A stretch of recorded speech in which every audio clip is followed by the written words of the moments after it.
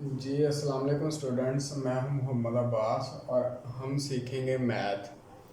तो हम इस तरह कर रहे हैं, आज हम साइंस का फर्स्ट चैप्टर नाइन्थ का स्टार्ट कर रहे हैं। सही है। फर्स्ट चैप्टर में एक्सरसाइज स्टार्ट करने से पहले पहले हमें कम से कम तीन चीज़ों का परफेक्टली पता हो कि ये तीन चीज़ें हैं क्या। तो सबसे पहले है मैट्रिक्स। ठीक है। मैट्रिक्स है अ रेक्टेंगुलर अरे or a formation of collection of real numbers enclosed by bracket, square bracket. तो इसमें इस तरह होता है कि हमने स्क्वेयर ब्रैकेट्स के अंदर रियल नंबर को एक ख़ास तरतीब से एक ख़ास वे में इनक्लोज किया होता है, बंद किया होता है। सही है। तो जिस तरह मतलब हमारे पास ये एग्जांपल हमारे सामने है, हमने क्या किया हुआ है, हमारे पास दो स्क्वेयर ब्रैकेट्स हैं, इसके अंदर हमने डिफरेंट रियल नंबर्स को बंद किया हुआ है। तो मैट्रिक्स में हम इसी तरह करते हैं कि हमारे पास दो स्क्वेयर ब्रैकेट्स होती हैं, उसके अंदर हमने डिफरेंट रियल नंबर्स को एक ख़ास पैटर्न से एक ख़ास तरतीब से उसके अंदर उसको लिखा होता है। तो ये होता है हमारा मैट्रिक्स। उसके बाद हमें जो नेक्स्ट जो नई चीज़ का पता होना चाहिए वो है रो। रो में इस तरह होता है, हमें कोई भी मैट्रिक्स दिया होता है। सही है। उस मैट्रिक्स के अंदर जो हॉरिजेंटल वे में जितनी भी एंट्रीज होती हैं, जो हॉरिजेंटल वे में जो एंट्रीज होती हैं उनको हम कहते हैं रो। जिस तरह डेफिनेशन अगर हम देखें तो the entries presented in horizontal वे।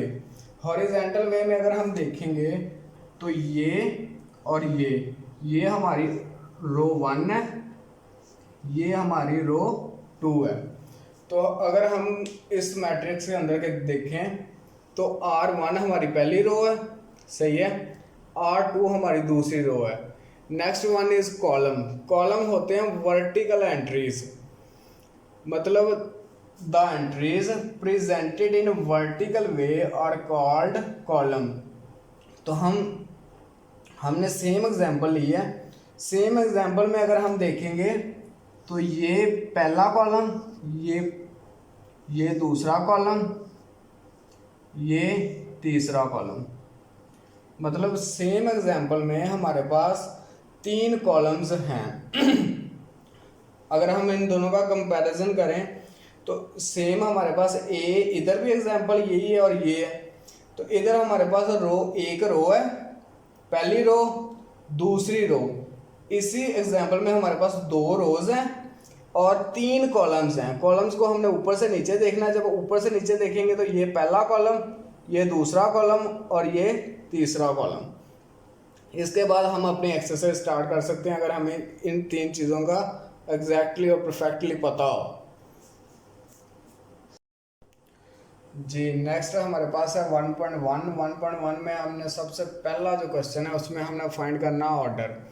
तो हमें एक मैट्रिक्स ए दिया हुआ है, हमने इसका ऑर्डर फाइंड करना है। जो ऑर्डर हमारे पास होता है वो होता है m क्रॉस n। इसमें जो m है नंबर ऑफ रोज। ठीक है। नेक्स्ट n है। सही है। n है नंबर ऑफ कॉलम्स। तो सबसे पहले ये है कि जो हमें मैट्रिक्स ए दिया हुआ है इसमें हम ये देखेंगे कि रोज कितनी है और कॉलम कितने हैं। तो ए को अगर हम रो वाइज देखेंगे तो एक रो ये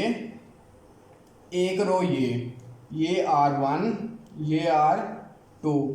अगर इसको हम कॉलम वाइज देखें तो पहला कॉलम ये। सही है। नेक्स्ट दूसरा कॉलम ये। तो इसमें जो रोज की तादाद है वो भी 2 है और कॉलम की तादाद वो भी 2 है। तो जो मैट्रिक्स ए है उसका ऑर्डर क्या होगा, ऑर्डर होगा 2 क्रॉस 2। ये है इसमें नंबर ऑफ रोज। 2 जो फर्स्ट वाला है वो है नंबर ऑफ रोज, सेकंड वाला है नंबर ऑफ कॉलम्स। तो तो फर्स्ट क्वेश्चन ए में कॉलम ए में जो ऑर्डर हमारा होगा वो होगा 2 क्रॉस 2। सही है। इसी तरह हमें नेक्स्ट देखो सेम कॉलम दिया, इसी तरह के कॉलम दिया हुआ है कॉलम बी। कॉलम बी में अगर हम देखेंगे रोज़ हमारे पास 2 रोज़ हैं, सही है।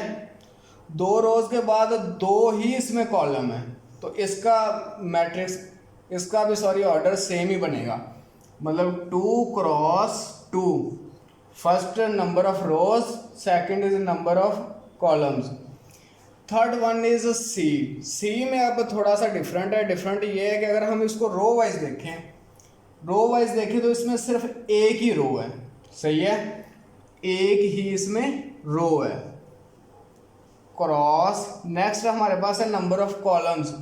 नंबर ऑफ कॉलम में हमारे पास कॉलम वाइज ऊपर से नीचे अगर हम इसको देखेंगे तो एक कॉलम ये, एक कॉलम ये, तो हमारे पास कॉलम कितने हो गए, कॉलम हो गए 2।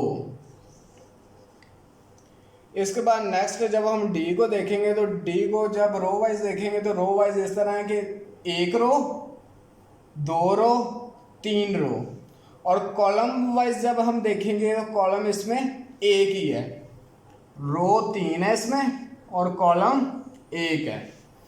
इसके बाद हमारे पास है ई। ई मैट्रिक्स में इस तरह है कि हमारे पास अगर इसको हम रो वाइज देखेंगे तो एक रो ये, एक ये, एक ये, तो रोज इसमें होगी 3। कॉलम वाइज अगर देखेंगे तो कॉलम वाइज ऊपर से नीचे देखना है, तो ये एक कॉलम 2 कॉलम, तो इसमें कॉलम है 2।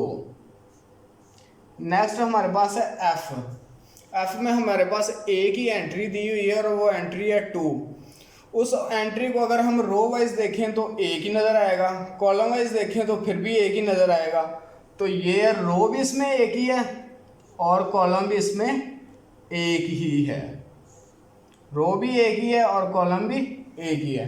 तो इसी तरह एफ का जो ऑर्डर होगा वो होगा 1 क्रॉस 1।